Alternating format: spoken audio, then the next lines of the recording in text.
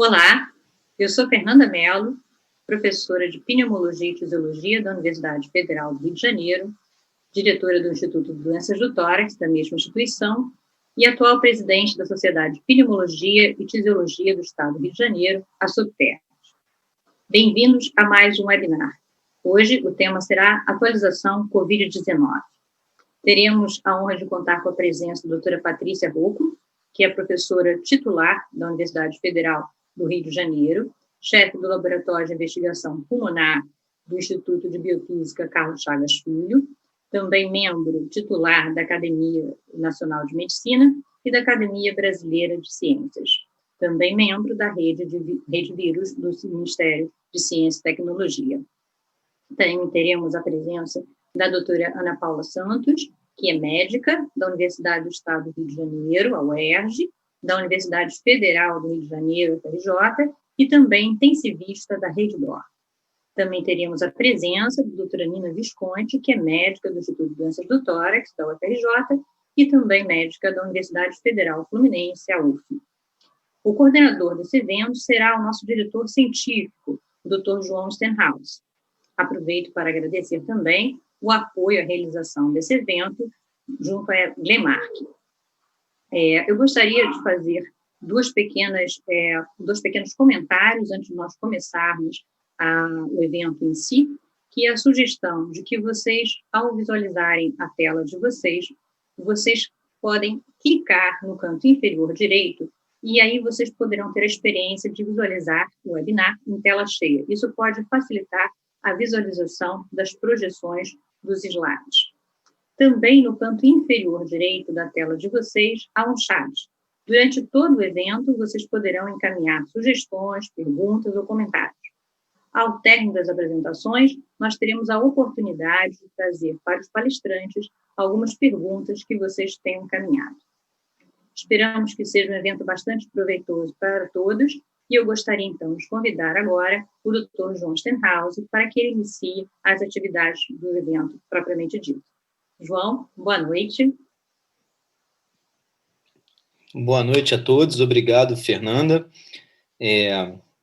Gostaria de dizer que é um grande prazer, estar iniciando mais esse webinar. Hoje a gente está fechando um ciclo inicial de debates que foi iniciado alguns meses atrás, nesse debate SOPTERJ sobre Covid, Nesse tempo de webinar, a gente discutiu testes diagnósticos, a gente discutiu alterações radiológicas, discutimos tratamento na terapia intensiva, apoio psicológico e o impacto também social que essa doença pode ter, como que os diferentes serviços públicos e privados conseguiram se adaptar e reagir ao aparecimento da pandemia aqui no Rio de Janeiro.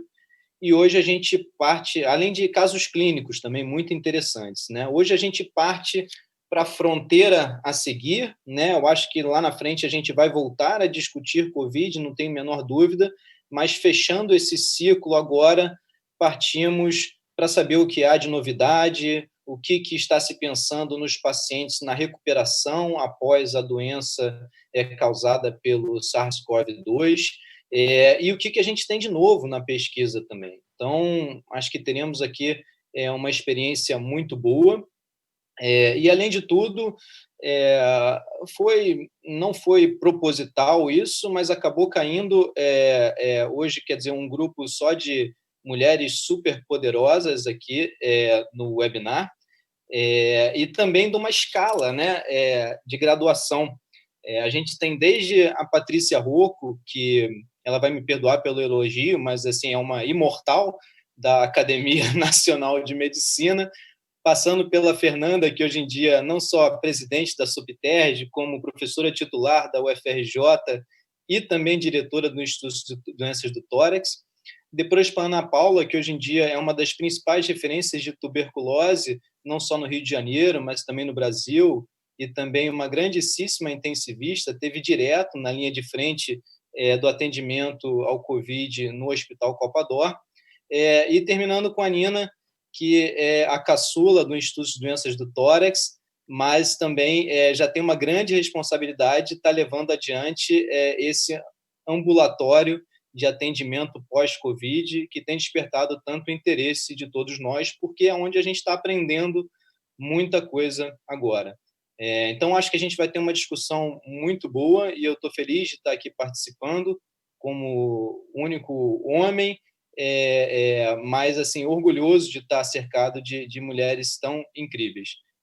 Vou começar, então, dar a palavra à professora Patrícia Rocco, começar a sua apresentação, e a seguir teremos a apresentação, então, da doutora Ana Paula e da doutora Nina Visconti, tá bom? Espero que todos aproveitem bastante.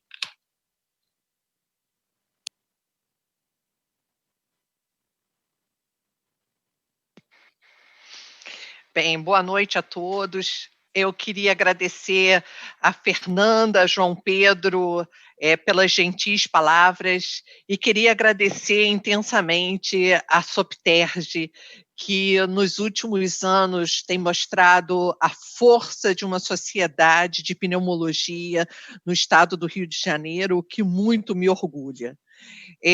Hoje nós vamos falar sobre diferentes fenótipos da Covid-19, e esses diferentes fenótipos efetivamente necessitam de diferentes estratégias terapêuticas.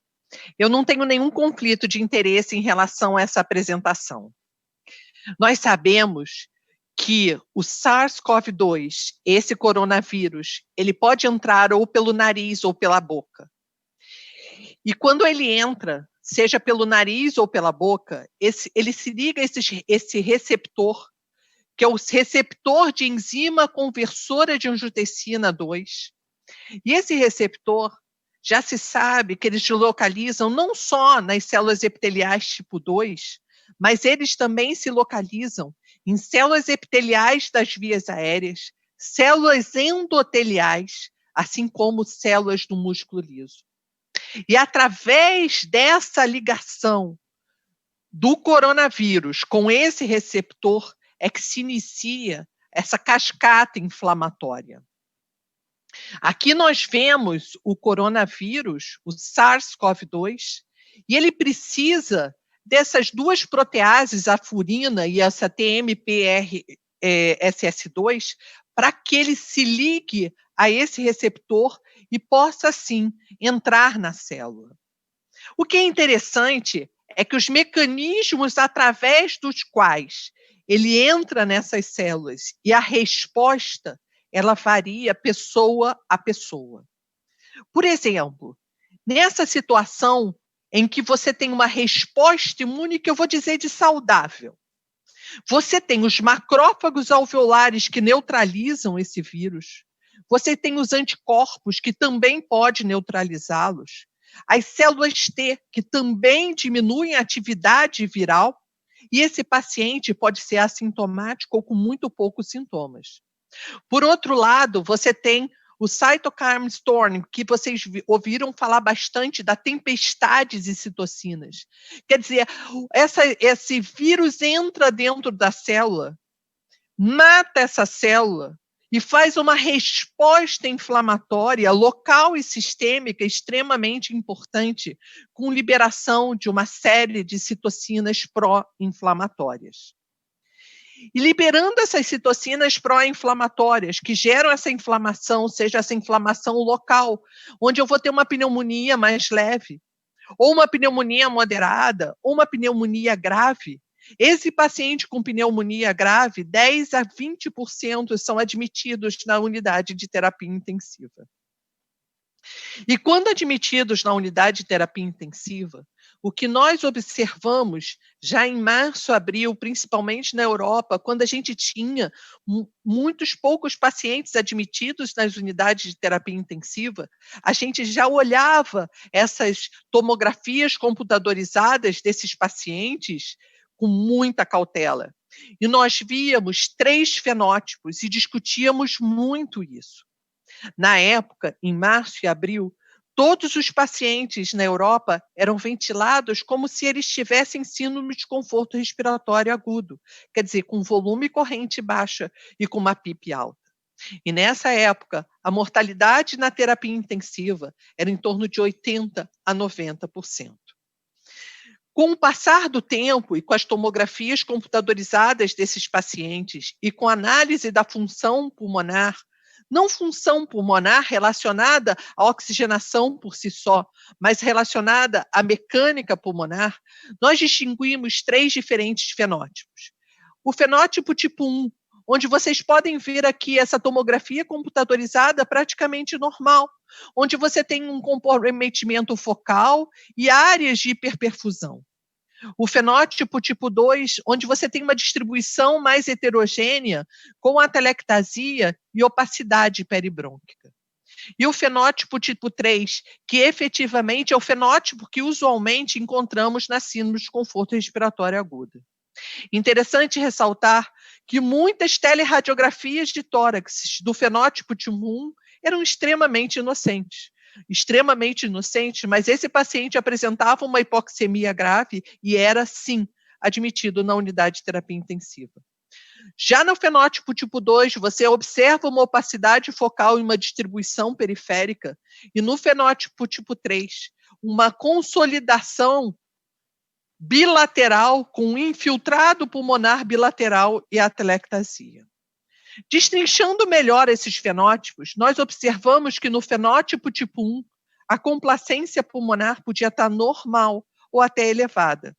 O que na realidade se observava é que a unidade alvéolo capilar, ela estava alterada não porque o alvéolo estava cheio de líquido, ou porque o alvéolo estava muito atelectasiado, mas sim porque você tinha um aumento da perfusão pulmonar de forma significativa. E esse aumento da perfusão, em função dessa ventilação, que não caía tanto, é que fazia com que esse paciente apresentasse, sim, a hipoxemia. O mais importante a dizer é que esse paciente nunca deveria ser ventilado com uma PIP muito alta. Por quê? Porque ele não tem um pulmão recrutável. Não há necessidade de você recrutar esse pulmão. Porque o nível de alvéolos atelectasiados, ele é muito pouco. E, na realidade, o que se preconiza é que você não precisa nem utilizar um volume corrente muito baixo. Você pode utilizar um volume corrente em torno de 8 ml por quilo e uma PIP em torno de 8 a 10 centímetros de água. O professor Gattinoni chamou esse fenótipo de fenótipo L. L de quê? De baixa elastância, quer dizer, o inverso é a complacência, de baixa relação perfusão, de baixa recrutabilidade, baixos níveis de PIP deveriam ser utilizados. Continuando no fenótipo tipo 2, começamos a observar que aquelas unidades alveolares efetivamente já se apresentavam com um certo grau de edema intersticial e alveolar. Havia, sim, atelectasia, e essa hipoxemia, ela decorria não só do aumento da perfusão, mas também você já tinha uma diminuição da ventilação. E nesse caso, é importante, sim, você já diminuir o volume corrente para evitar o aumento do estresse pulmonar, áreas de hiperdistensão, e você pode também aumentar o nível de PIP.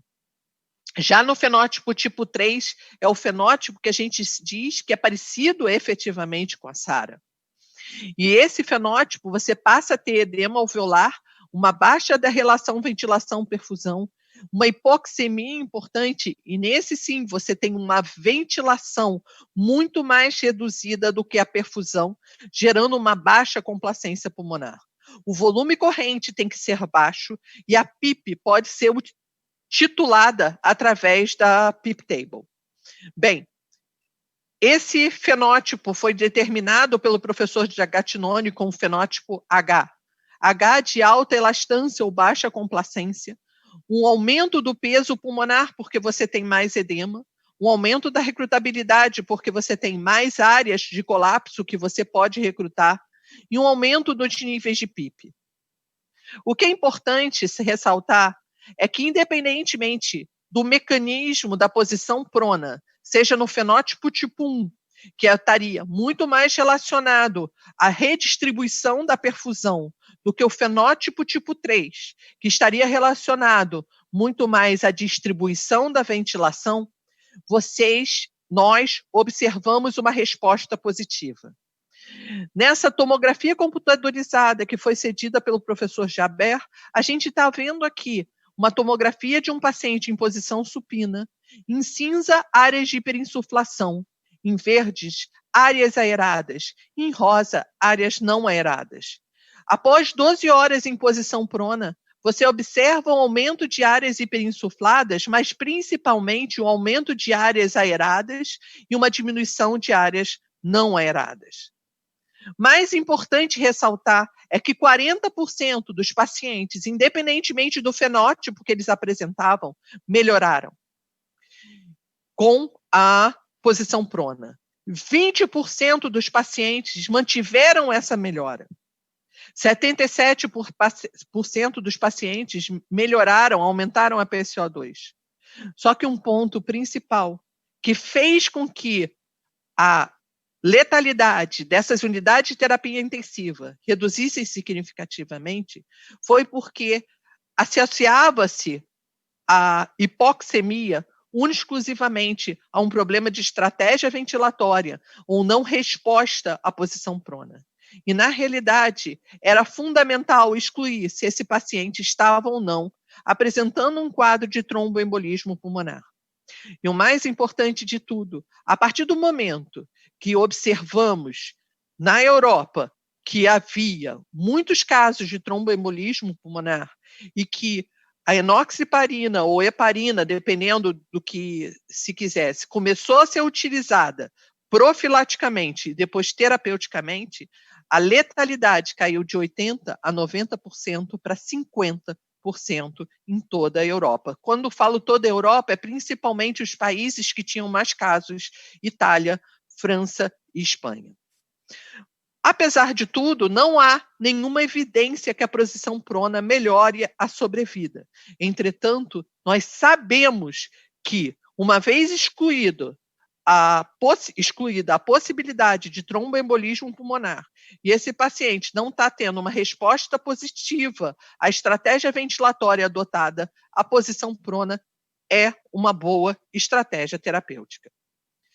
Começamos a questionar já em maio, será que esse fenótipo tipo 3 da síndrome de desconforto respiratório aguda seria atribuído a uma estratégia ventilatória na emergência de forma errônea?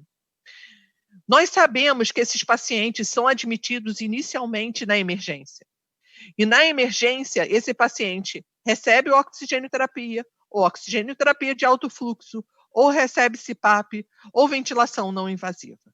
São as estratégias que são utilizadas de rotina. Nós todos enfrentamos a dificuldade de ausência de leitos na terapia intensiva e esses pacientes perduravam na emergência, seja com oxigênio, ventilação não invasiva, e isso tudo poderia gerar uma piora do quadro, porque não se notava, ou se notava e não havia leito, que esse paciente aumentava o esforço respiratório que ele estava apresentando. E aumentar o esforço respiratório e aumentar o trabalho respiratório, esses pacientes começavam a apresentar lesão alvéolo capilar. Aqui vocês observam uma lesão do capilar e o alvéolo, pelo aumento do esforço respiratório, ele ficava muito mais estirado. E esse fenômeno nós chamamos de PSILI, que é o Patient Self-Inflicted Lung Injury. Quer dizer, o próprio paciente, em função do esforço respiratório que ele estava realizando de forma significativa, gerava um dano capilar, uma piora do edema intersticial e alveolar, uma piora da troca gasosa e da mecânica pulmonar, um aumento do drive respiratório e, consequentemente, um aumento do esforço respiratório e aumento da lesão.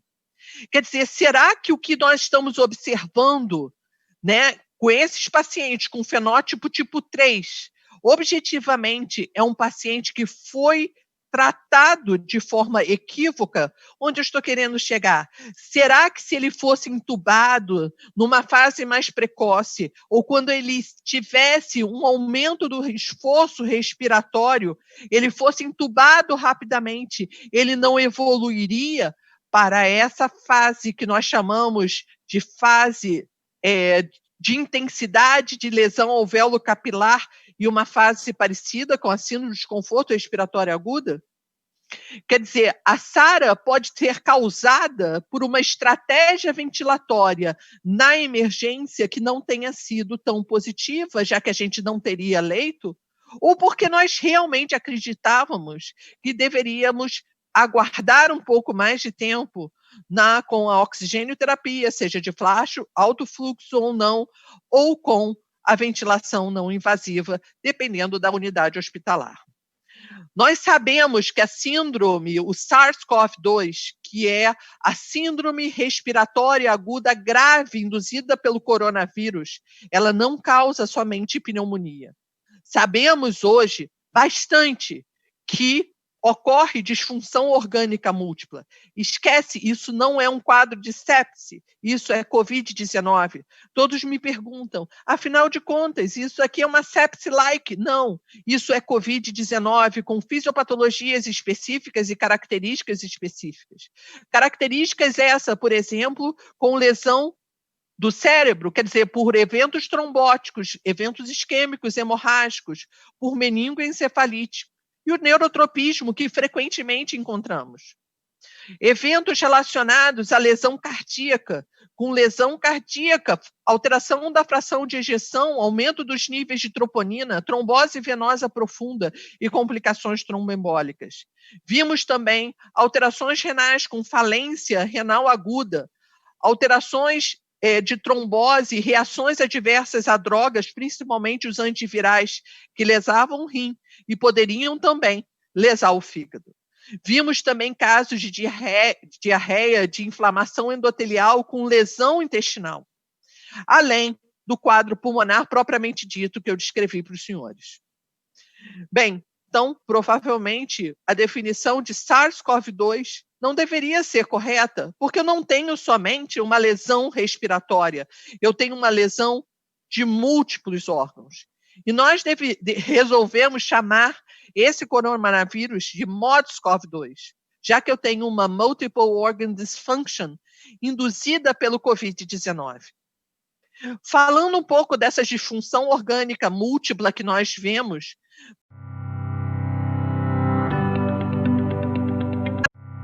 ventilação mecânica, ou pela própria hipóxia frequente nesses pacientes com pneumonia, ou pela trombose micro e macrovascular. Não podemos esquecer que aquela tempestade de citocinas fazendo o processo inflamatório local e sistêmico pode lesar principalmente a microglia, gerando um processo inflamatório no cérebro. Além disso, recentemente publicamos esse estudo mostrando que não são somente aqueles mecanismos que são importantes, mas a ventilação mecânica de forma errônea, ela pode sim gerar um dano cerebral. Quer dizer, se aumentar significativamente a minha PIP, a minha pressão de platô, meu driving pressure, eu posso diminuir o meu índice cardíaco, eu posso diminuir significativamente o meu retorno venoso pela estratégia ventilatória errônea e, consequentemente, aumentar o dano cerebral e diminuir o fluxo sanguíneo cerebral. No coração, os mecanismos de lesão cardíaca foram vários.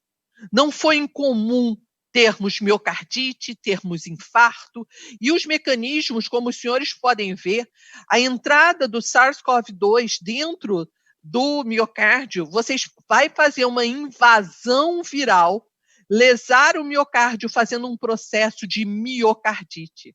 Essa miocardite gera falência cardíaca e, consequentemente, vai gerar uma diminuição do fluxo coronariano também, gerando uma síndrome coronariana aguda. Não podemos esquecer também que esse processo inflamatório do miocárdio pode gerar arritmia cardíaca. a própria tempestade de citocinas que já falamos, ela pode sim gerar esse quadro de miocardite e todo esse quadro que foi observado. Não podemos esquecer que tanto o SARS-CoV-2, por causa da endotelite, lembrem que a enzima conversora, ela não se localiza somente nas células epiteliais, ela pode se localizar nas células endoteliais, gerando um processo inflamatório. E esse processo inflamatório, ele pode ser exacerbado por esse processo inflamatório sistêmico. Então, eu passo a ter uma endotelite, eu passo a ter uma diminuição de fluxo sanguíneo, que eu vou falar daqui a pouco para os senhores, e posso também ter um processo inflamatório local. Tudo isso gera uma disfunção microvascular e uma síndrome coronariana aguda.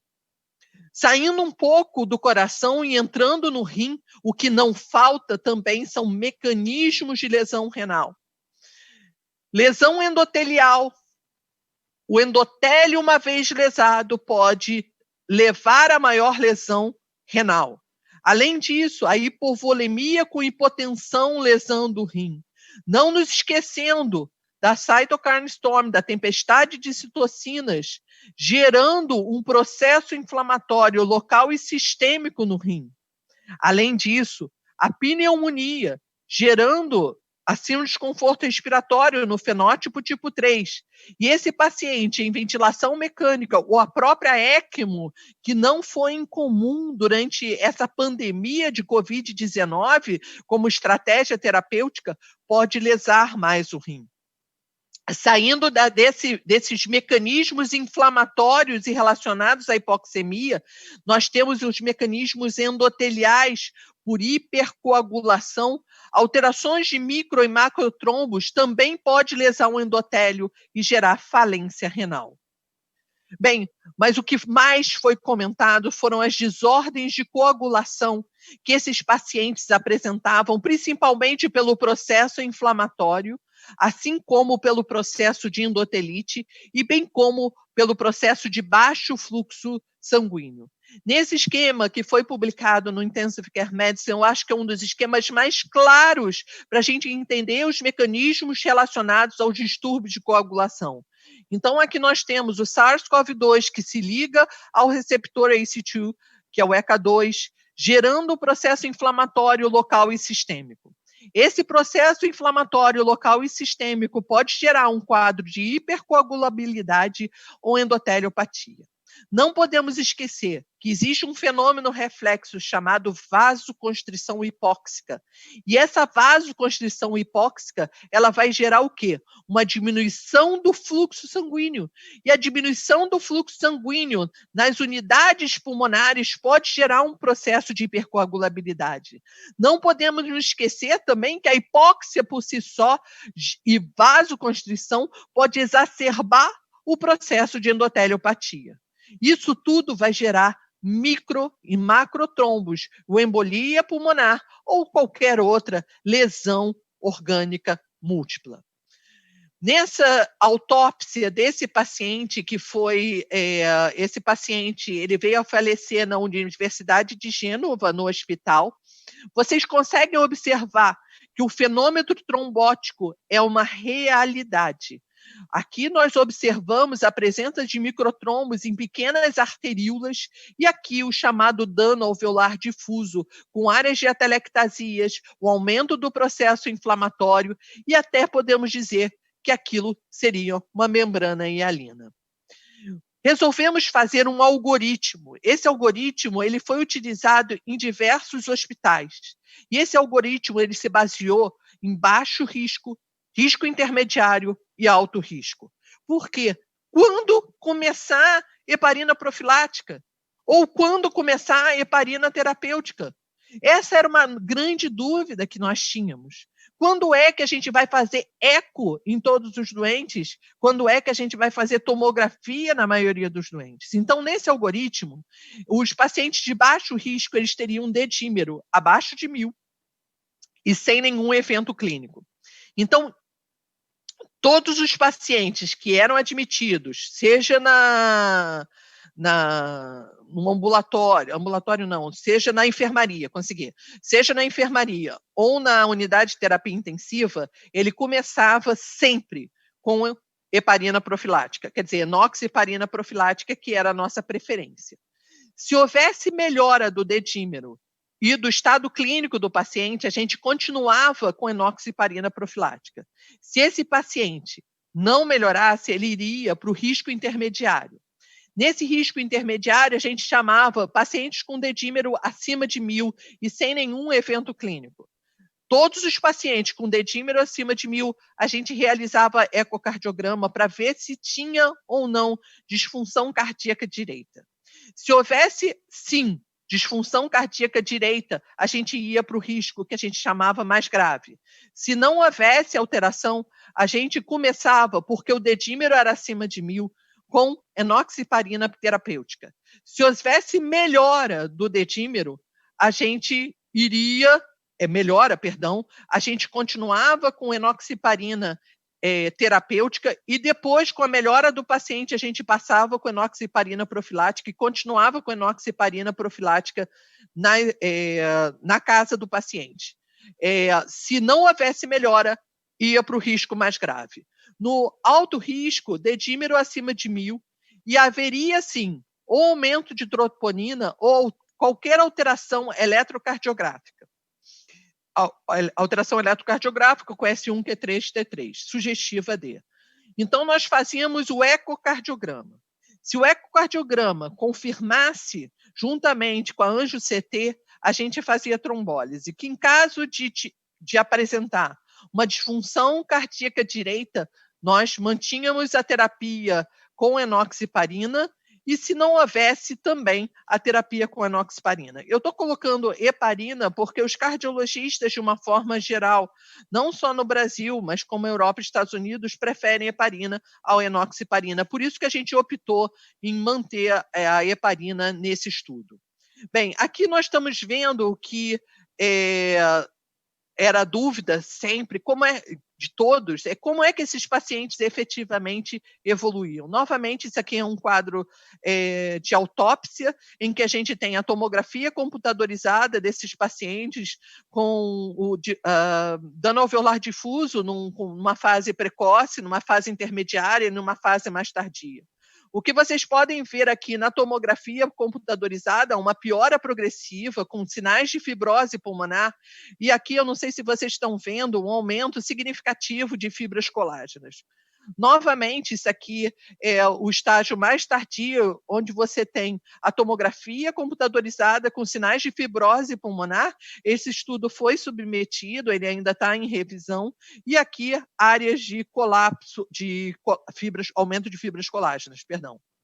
Novamente, uma tomografia computadorizada evolutiva de um paciente que evoluiu com fibrose pulmonar. Vocês observam aqui numa fase mais precoce e numa fase mais tardia com sinais de fibrose pulmonar.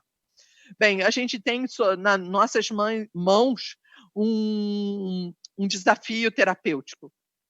Nesse esquema que a gente bolou, eu quero mostrar para os senhores que existem terapias que vão atuar, sim, na replicação viral, e existem terapias que vão atuar principalmente no processo inflamatório por si só. E o que a gente tem hoje de estudo duplo cego, randomizado, que foi feito de uma forma séria?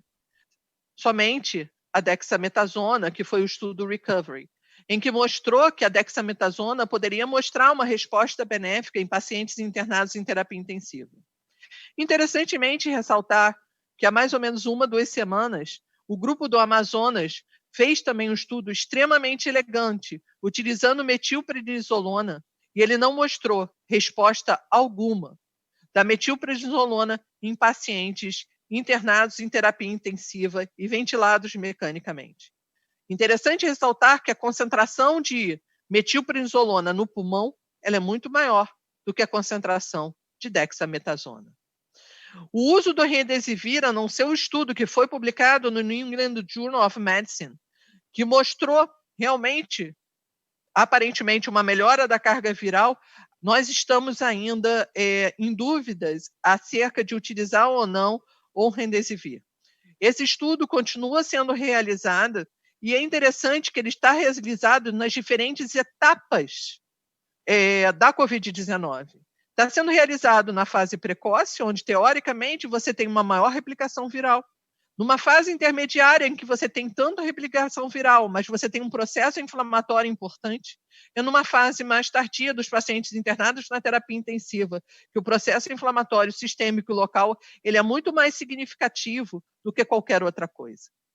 Os estudos que vêm sendo realizados ainda são os estudos com plasma convalescente. Definitivamente, a cloroquina e hidroxicloroquina, com estudo brasileiro, ela não deve ser utilizada, seja na fase precoce ou seja na fase tardia.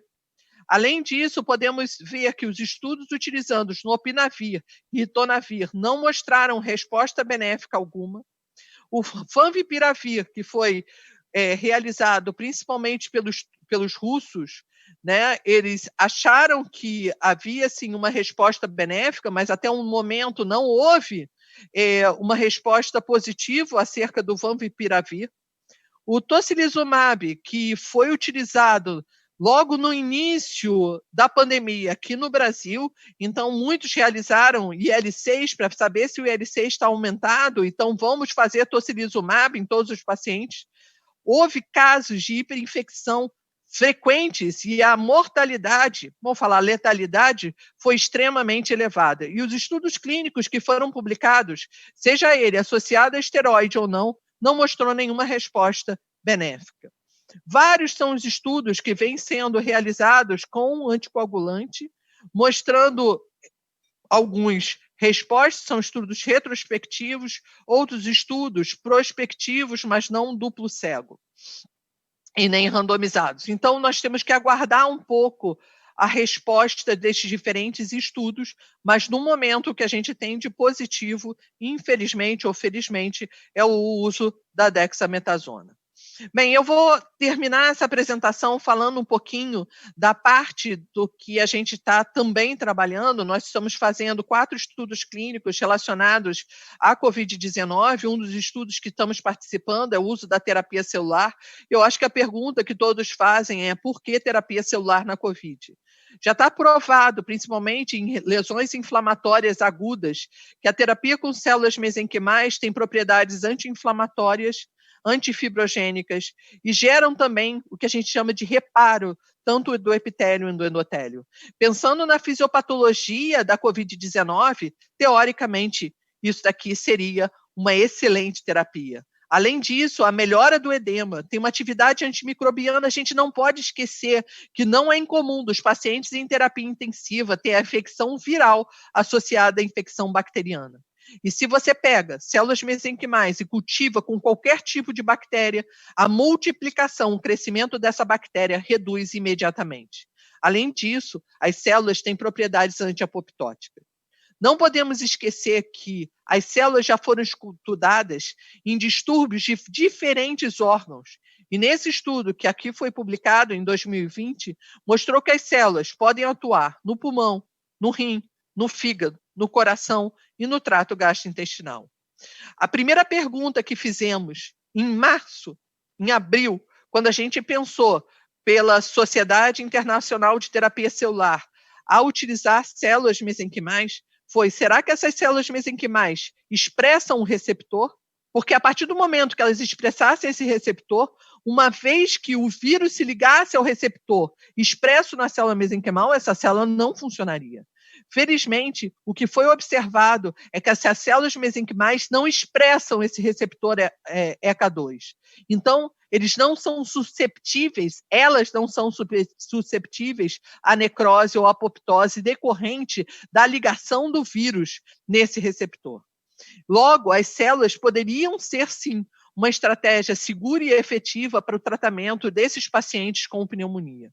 Vários foram os estudos clínicos que foram realizados e que vêm sendo realizados, seja esse na Dinamarca, na França, no Irã, na Jordânia, no Reino Unido, nos Estados Unidos, na Espanha, mas o que eu quero mostrar para vocês é que é extremamente confuso tudo isso. Por quê? Estudos que vêm sendo feitos na fase 1 e na fase 2, estudos com diferentes tipos de células, com diferentes números de pacientes. Observe, esse estudo está sendo realizado com 5 pacientes. Como com 5 pacientes você pode concluir que um grupo, um tipo de célula pode funcionar ou não? Além disso, o desfecho primário é completamente diferente de um estudo para outro. O que a gente vê aqui são os estudos da Espanha que mostram diferentes doses. E nós sabemos que existem doenças, dependendo da intensidade da doença, se é mais aguda, que é mais crônica, a quantidade de células que tem que ser utilizadas é completamente distinta. E, por fim, esses estudos que vêm sendo realizados nos Estados Unidos, principalmente com células autólogas, advindas de células do tecido adiposo, quer dizer, células que são extraídas do tecido adiposo para serem injetadas nesses próximos pacientes, além de células halogênicas advindas de outros pacientes. Bem, então quando a gente olha o clinicaltrials.gov, com todos esses estudos, a gente vê estudos fase 1, estudos fase 2, células oriundas de diferentes origens, de medula óssea, tecido adiposo, cordão umbilical, geleia de Wharton, células autólogas ou halogênicas, diferentes tipos, concentrações de células, dose fixa, células por quilo, múltiplas doses, uma única dose. Tentamos pensar logo no início, em utilizar essas células de forma local, como já utilizamos nos estudos do enfisema, em que fazíamos uma broncoscopia e colocávamos as células. E vimos, depois de uma grande discussão com vários países, é que o risco para o broncoscopista, mesmo com uma EPI perfeita, era muito grande. E a China foi o primeiro país que disse, não façam isso, porque fizemos e não deu certo. Então, optamos definitivamente a não utilizar a terapia com células-troncos por via broncoscópica ou local. Mas a maior preocupação em utilizar a terapia celular é que essas células podem expressar proteínas associadas à coagulação, com risco de quê? De tromboembolismo pulmonar. Então, olha a nossa preocupação. Se eu tenho o uso de uma célula que pode gerar tromboembolismo e uma doença que, por si só, já faz tromboembolismo pulmonar, isso é uma grande preocupação, isso é um grande risco. Então, o que nós resolvemos fazer? Esse estudo já foi feito e nós estamos na fase final de análise e provavelmente daqui a um mês, provavelmente, quando a gente publicar, eu posso trazer para os senhores. É um estudo fase 1 de um único centro. É um estudo basicamente de segurança, porque a Anvisa ela permite que nós utilizemos essas células após relatórios paciente a paciente. Então, nós resolvemos, para diminuir o risco de tromboembolismo pulmonar, utilizar uma baixa dose e mais vezes. Em pacientes com falência respiratória aguda, intubados, ventilados mecanicamente de forma invasiva.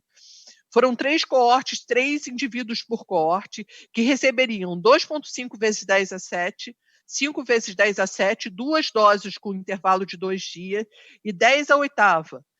Já terminamos a primeira fase com células oriundas do cordão umbilical, que vimos que teria uma efetividade melhor até do que as células de medula óssea. O endpoint primário foi, como eu falei para os senhores, segurança e qual é a dose máxima tolerada por esses pacientes. Mas a nossa pergunta não parou.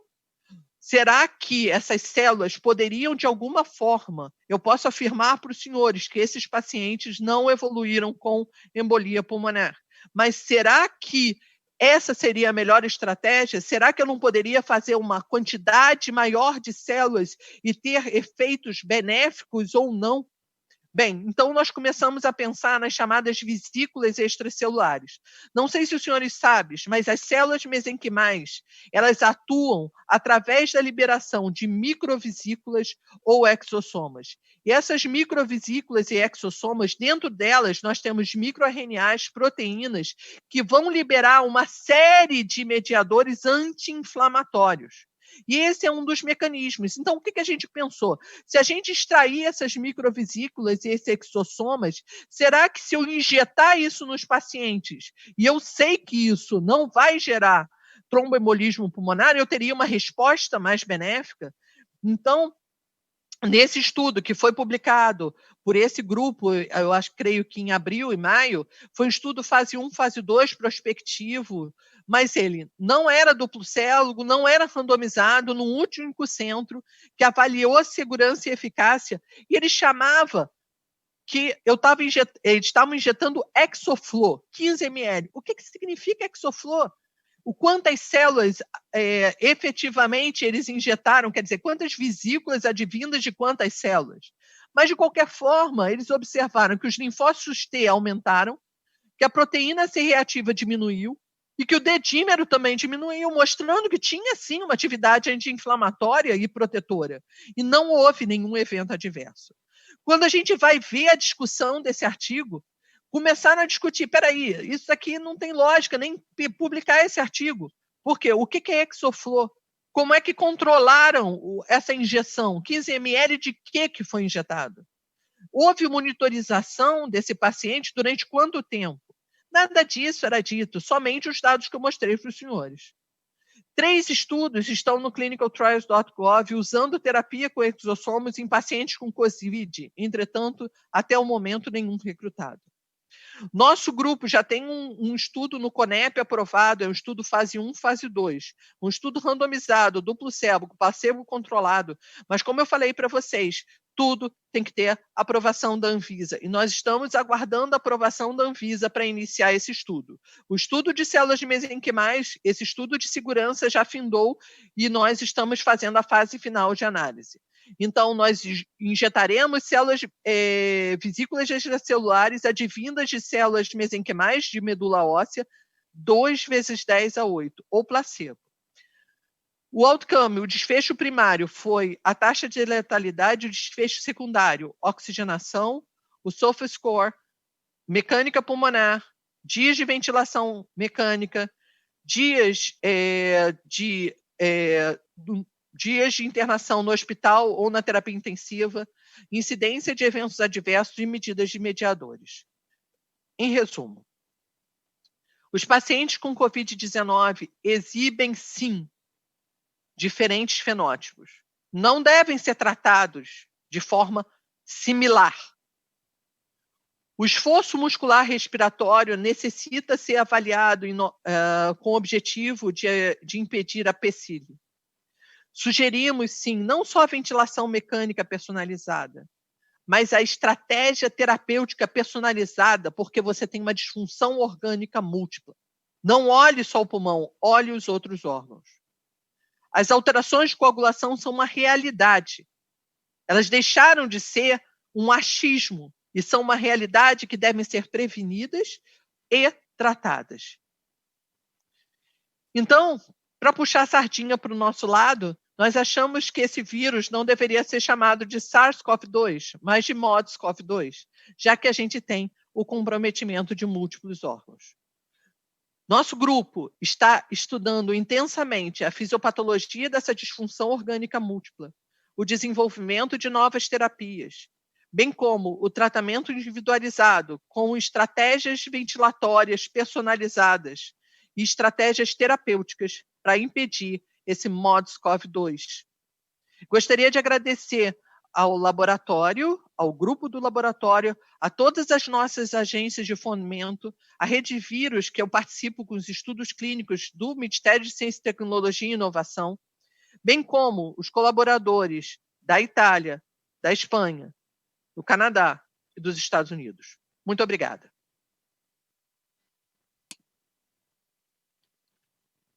Muito obrigado, Patrícia, pela excelente apresentação. É impressionante a quantidade de conhecimento que a gente tem, né, de fevereiro para cá, quer dizer, 6 a 7 meses. Eu acho que não tem paralelo na história da medicina a quantidade de conhecimento gerado nesses 7 meses, e é o maior orgulho perceber, quer dizer, a sua participação nisso tudo, né? A quantidade de artiguinho lá com Patrícia Rocco é uma coisa impressionante, assim, de tudo que você está participando e gerando conhecimento, assim, É é muito incrível, trabalho, posso confessar a você. é incrível mesmo. É, nós vamos passar, então, para a próxima apresentação. Eu vou chamar a doutora Ana Paula Santos, que é médica do Hospital Universitário Pedro Ernesto, da UERJ, médica também do Instituto de Doenças do Tórax da UFRJ e da terapia intensiva do Hospital Copa-Dor. A Ana Paula vai trazer para nós uma palestra um pouquinho diferente, que vai falar sobre uma curiosidade, né? Mais do que uma curiosidade, que é o uso da BCG, né? Será que tem um papel também para a Covid-19 ou só para tuberculose, né? Parece aquelas coisas meio vintage, né? Que a gente pega coisas antigas e trazem, mas a Ana Paula vai mostrar para a gente se isso é só uma curiosidade ou se está valendo mesmo. Pode começar, Ana Paula. Muito obrigado. Obrigada, João. Obrigada, Fernanda. Boa noite a todos que estão nos assistindo, às meninas, ao João. É um prazer estar aqui em mais um evento da Sopterge. Bom, vamos então começar, né? O que eu tenho para trazer hoje é essa palestra. BCG, pensando além da tuberculose, né? Mas antes de pensar além da tuberculose, vamos falar para que a BCG veio, né? O seu motivo fim, que é realmente a tuberculose. E o que é a BCG, o Bacillus de Calmette-Guerin? É uma cepa atenuada de Mycobacterium bovis originalmente, né? Que foi criada e aprimorada entre 1906 e 2019 por Camille Calmette e Albert Guerin no Instituto Pasteur em Paris. Atualmente existem várias cepas de diferentes laboratórios que, apesar de serem genotipicamente similares ao Mycobacterium bovis, elas são diferentes entre si, por características tanto genotípicas quanto fenotípicas, e que possuem várias expressões em relação à viabilidade, imunogenicidade, reatogenicidade, virulência. Então, no Brasil, nós usamos a cepa Monroe, mas existem as cepas japonesa, dinamarquesa, britânica, japonesa, enfim, existem diversas cepas do Mycobacterium bovis. E a BCG, ela está na lista de medicamentos essenciais da Organização Mundial de Saúde como um dos medicamentos mais eficazes, seguros e fundamentais em um sistema de saúde. Então, isso é o que torna a BCG tão especial. E como é que ela funciona para fins da tuberculose, de prevenção de tuberculose, né? Então, todo mundo sabe que a BCG é aplicada no recém-nato logo após o nascimento. A aplicação é intradérmica, e após a inoculação desse Mycobacterium bovis atenuado, os macrófagos, as células dendríticas, os neutrófilos são atraídos para aquela localização, e principalmente as células dendríticas vão drenar esse antígeno, né, para os linfonodos regionais, e ali vão ter alguns destinos. As células dendríticas, inicialmente, podem apresentar esses antígenos aos linfócitos T, tanto linfócitos TCD4 quanto linfócitos TCD8, que podem aí iniciar um processo inflamatório com a liberação de diversas citocinas, interleucinas, interferon gama. E os linfócitos B, que vão começar um processo, né, os linfócitos T vão apresentar para o linfócito T o antígeno, os linfócitos T vão apresentar para o linfócito B os antígenos e vão ter início aí a produção de anticorpos, que todo mundo sabe, essa resposta humoral, ela não tem tanto papel na importância da imunopatogenia da tuberculose, é um epifenômeno que a gente chama. E, tendo em vista que isso aconteça, forma-se, então, um quartel, né, um exército de soldados prontos a reconhecer algum antígeno micobacteriano que possa, porventura, invadir o nosso organismo. Essas células, uma vez apresentadas e sinalizadas ao antígeno, elas voltam aos linfonodos e ficam lá esperando, vamos dizer assim, alguma próxima sinalização. Isso é o que a gente chama de imunidade treinada, né? A gente tem os nossos células, a nossa imunidade celular treinada para que em algum momento, quando for necessário, eles vão estar ali já treinados e prontos para ajudar, né? Eles vão estar, digamos assim, de sobreaviso. Essa imunidade treinada, além dela ser treinada contra antígenos micobacterianos, sabe-se que a BCG ela treina essa imunidade também contra outros micro-organismos, vírus, bactérias, além da própria tuberculose. E isso seria como se fosse uma proteção cruzada, que é um termo utilizado no título desse artigo de 2019. Essa imunidade cruzada é a mesma coisa do que dizem como o mecanismo heterólogo da vacinação pela BCG. É um mecanismo que é fora do alvo específico dela, que é o antígeno micobacteriano. E esse mecanismo heterólogo, ele já foi comprovado em crianças, como mostra essa coorte de mais de 150 mil crianças, que revelou que a vacinação com a BCG foi associada com uma redução no risco de infecções agudas do trato respiratório inferior de 17% a 37%. As crianças vacinadas com a BCG tiveram um risco muito menor de apresentar essas infecções do trato respiratório inferior inespecíficas. Nesse estudo, que foi um estudo prospectivo realizado na África, esse efeito ele também foi avaliado em crianças que foram comparadas quando elas ainda estavam dentro do ventre, ou seja, eles começaram a acompanhar 819 mulheres grávidas, e assim que essas crianças nasceram, elas foram acompanhadas até o 7º ano de idade. E qual era o objetivo? Avaliar a mortalidade neonatal, pós-neonatal e entre 1 e 5 anos de idade. E qual foi a conclusão desse estudo? Né? Que a BCG ela foi associada com uma importante diminuição, um importante aumento na possibilidade de sobrevida dessa criança, possivelmente por ter efeito aí contra essas infecções agudas inespecíficas do trato respiratório. Esses efeitos, eles também são observados em adultos, como mostra essa revisão publicada aí no ano de 2019 também. E essa vacinação com BCG causaria uma resposta imunológica que protegeria contra infecções inespecíficas subsequentes, reduzindo morbidade e mortalidade. Além dessa imunidade treinada, esse estudo que avaliou o efeito da BCG contra o vírus da febre amarela mostrou que os pacientes vacinados com a BCG tiveram uma importante redução da viremia pelo vírus da febre amarela. Então, a BCG não só ela treina a nossa imunidade contra outros antígenos que não só a micobactéria, como ela foi capaz de reduzir a viremia do vírus da febre amarela. Bom, ponto, parágrafo, vamos para um outro assunto. Né? Vamos falar agora sobre a imunopatogenia dos coronavírus respiratórios. Esse foi um artigo publicado em 2014, estimulado pelas epidemias do SARS e da MERS. Né? E o que esses pesquisadores eles mostraram? Que a resposta humoral, né, de anticorpos, né, ao coronavírus, ela é diminuída, né? Ela tem uma vida curta. Os anticorpos que são eliminados, né, que são formados, né, durante a infecção, eles têm uma vida mais curta.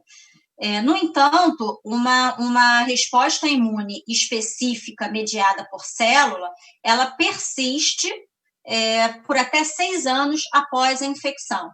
Então, nesse estudo de 2014, eles sugeriram que futuros estudos com vacinas deveriam concentrar estratégias nessa resposta mediada por células T, que seriam as células aí extremamente importantes na imunopatogenia do coronavírus.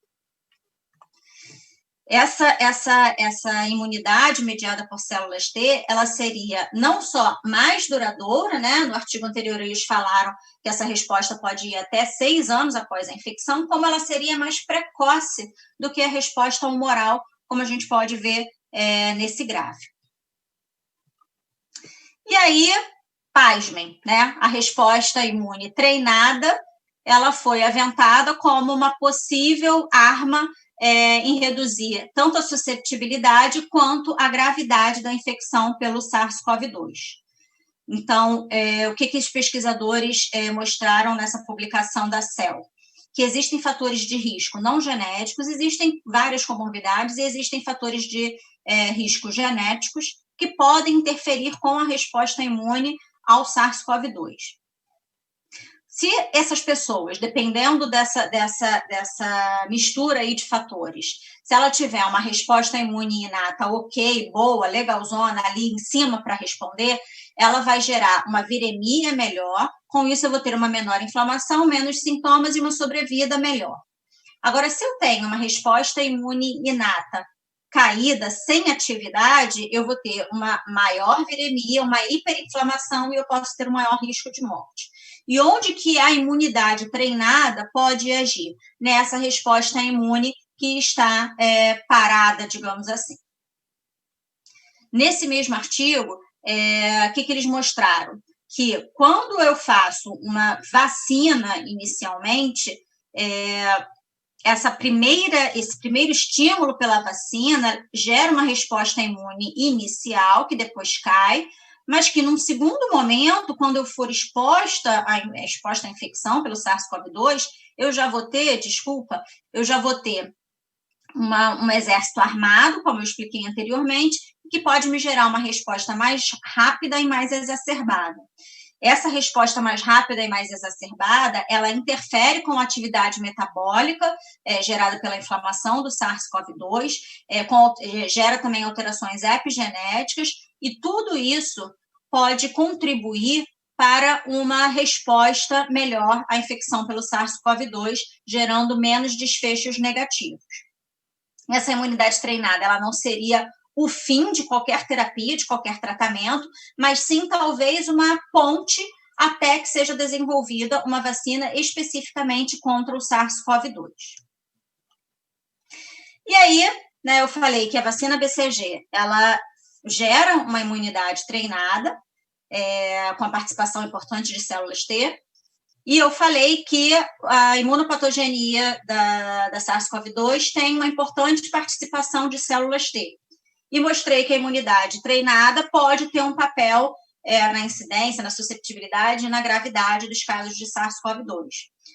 E tudo isso geraram hipóteses sobre o uso da BCG também na SARS-CoV-2, motivo pelo qual eu estou aqui falando com vocês hoje. E aí, nesse estudo, eles compararam 3 populações, né? Na linha A, eles compararam a população global. Tá? No primeiro gráfico da esquerda, eles avaliaram o número de casos pela população como um todo. Em vermelho é a população global não vacinada pela BCG e em azul a população vacinada. E eles observaram uma diminuição de casos com valor estatisticamente significativo na população global vacinada com BCG. Partindo para o gráfico à direita, quando eles avaliaram a mortalidade na população, isso também mostrou-se significativo. A BCG também mostrou-se como um fator protetor. E no terceiro gráfico, ele avaliou o número de morte por casos.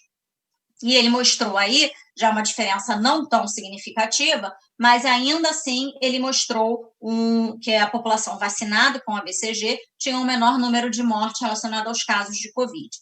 Na linha B de baixo, aí ele tem 4 colunas, né? Nas colunas da esquerda, ele comparou a população do hemisfério norte do continente americano e do lado direito o hemisfério sul. E aí, a esquerda ele avaliou o hemisfério norte, dividiu o hemisfério norte e o hemisfério sul, o mapa mundi. E o que ele achou?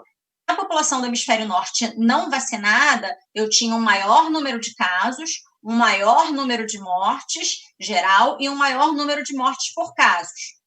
Por outro lado, na população do hemisfério sul, eu não tive nenhuma diferença significativa, mas ele faz um questionamento sobre a gente ter um número muito pequeno de uma população não vacinada no hemisfério sul, tendo em vista que na grande maioria dos países do hemisfério sul usam uma BCG no seu calendário vacinal. E, por fim, na linha de baixo, ele comparou a população global vacinada e a população europeia vacinada com a BCG, e a população global não vacinada. Da mesma forma, ele mostrou que a população vacinada tinha um menor risco de caso, né, o maior número de casos de Covid, o menor número de mortes por Covid e o menor número de mortes naqueles pacientes com Covid. E aí, talvez, nesse gráfico aqui, nessa figura, a gente possa visualizar melhor. Do lado esquerdo, são aqueles países que não usam a BCG no seu calendário vacinal. Do lado direito, em azul, a população vacinada. E olha que diferença, né, visual, tanto nos casos na população como um todo, quanto nas mortes comparado na população como um todo. Então, infere-se que a BCG realmente tenha um efeito nesse sentido. Nesse novo estudo, outro estudo, que é um estudo também ecológico, ele comparou como se fossem clusters, e aí no gráfico a gente pode ver à esquerda o grupo de países que não usa a BCG no seu calendário vacinal, e à direita o grupo de países que usa, sim, a BCG no seu calendário vacinal. Ao fundo tem essa linha azul que mostra uma tendência de queda, e uma tendência não, sim, eles realmente observaram uma queda na mortalidade causada pela SARS-CoV-2 nos países que utilizavam a vacinação BCG. Esse outro artigo usou uma metodologia diferente, fez uma análise multivariada, buscando riscos que estivessem associados com uma maior chance de um desfecho negativo, de morte. E o que eles acharam? Apenas 2 fatores não cruzavam a linha do zero, que é o que diz para a gente que não tem, né, tanto para o bem quanto para o mal, não ia fazer nenhuma diferença. Esses 2 fatores foram a idade, que aumentava o risco para um desfecho ruim de SARS-CoV-2, e a vacinação com BCG, que protegia contra um desfecho ruim pelo SARS-CoV-2. E isso com significância estatística. Por fim, nesse outro estudo, falando positivamente da BCG contra SARS-CoV-2, ele também foi um estudo ecológico que reportou um número menor de casos nos países que tinham a vacinação universal da BCG como política de saúde pública, como a Índia, o Afeganistão, Nepal, etc., quando comparado com países que não usam a vacinação com BCG, como Estados Unidos, Itália, Espanha, Canadá e etc. De qualquer forma, esse estudo ratifica também aquilo que foi falado lá no início, que seria uma vacina que funcionaria como uma ponte, até que seja descoberta uma vacina efetivamente contra o SARS-CoV-2. Não vou falar só do lado positivo, existem também estudos negativos. Esse é um estudo israelense que comparou a população vacinada com a BCG entre 79 e 81. Em 82, eles pararam de usar a BCG como política de saúde pública e compararam, então, com os participantes, né, pós essa mudança, e aí que não são vacinados com o BCG. Eles até tinham um número bastante expressivo, em torno de 3.000 pacientes em cada grupo. E o que eles acharam? Que não teve nenhuma diferença na população vacinada ou não no que diz respeito à incidência de SARS-CoV-2. No entanto, eles não têm valores, não tiveram poder para avaliar sobre as formas graves de Covid-19, uma vez que o número de casos graves foi de 1 paciente no grupo vacinado com BCG e 1 paciente no grupo não vacinado. Então, essa é uma crítica que eu faço ao estudo. E, infelizmente, a gente ainda não tem nenhum estudo prospectivo, duplo cego, randomizado, com resultados já disponíveis, mas temos inúmeros na plataforma do clinicaltrials.gov. Existem, na verdade, 85 estudos em andamento, se a gente colocar lá BCG e Covid, mas eu trouxe aqui 15 a princípio, que estão já em andamento, alguns recrutando, outros não, e que vai comparar 2 grupos, vacinados com BCG e não vacinados, e avaliar a incidência de Covid. Nós, no Brasil, não vamos ficar fora. Existe um estudo chamado PRO-BCG Rio, que vai ter como parceria o Hospital Pedro Ernesto da UERJ e o Instituto de Doenças do Tórax da UFRJ. Esse estudo está em tramitação já na fase final de avaliação da CONEP. Nosso objetivo é recrutar 1.000 profissionais de saúde e usar a BCG versus o placebo, com o objetivo de comparar a incidência de Covid-19 e de formas graves entre os vacinados e os não vacinados. E aí, a seguir cenas dos próximos capítulos, num próximo momento, a gente mostra os resultados para vocês. Então, eu quero deixar algumas mensagens. as células T exercem um papel importante na imunopatogenia da infecção por coronavírus. A imunidade treinada, ela pode interferir na incidência e na mortalidade por Covid-19, e a vacinação com BCG, ela é capaz de induzir a imunidade treinada. Sendo assim, a BCG ela pode ser uma ponte para uso antes do desenvolvimento de uma vacina específica contra o SARS-CoV-2, mas muito importante lembrar, gente, esse é um cenário de pesquisa, não há qualquer indicação de vacinação em massa nessa atual conjuntura, existem muitos estudos ainda em andamento e não temos que ter nenhuma razão para indicar uma vacinação maior e ir correndo às unidades básicas para se vacinar com BCG. Vamos trabalhar ainda no cenário de pesquisa. Então, agradeço aí mais uma vez a todos e era isso que eu queria falar. Muito obrigado, Ana Paula. Ótima apresentação. Eu já me coloco à disposição para tomar a BCG, se puder. Eu sou dos poucos profissionais de saúde que não teve Covid ainda. Então, se tiver sobrando uma dose aí, pode me botar no estudo, tá?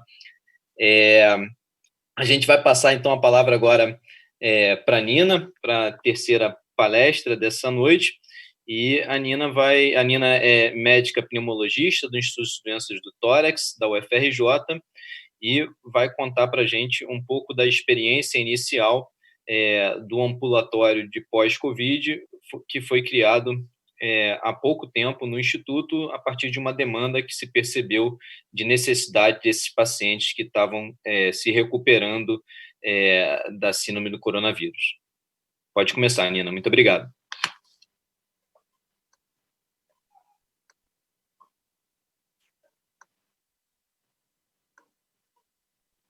Bem, boa noite a todos. Obrigada, João, pela apresentação. Obrigada, Fernanda, também pelo convite. Como o João falou, eu faço parte da equipe do ambulatório de atendimento ao paciente pós-Covid, que foi um ambulatório que a gente criou pela pneumologia lá na UFRJ, com o intuito de ver os pacientes pós-alta hospitalar, né, que tiveram internados no hospital com Covid. A ideia inicial do ambulatório foi, na verdade, da Nádia, da Michele, e tem recebido assim, muito suporte de todo o hospital, de vários setores, da radiologia, e principalmente do professor Domênico, que tem ajudado a gente nas análises, do laboratório de prova de função, e principalmente a Isabel, e da equipe da fisioterapia e da psiquiatria, que tem ajudado a gente no atendimento e feito o ambulatório funcionar bem.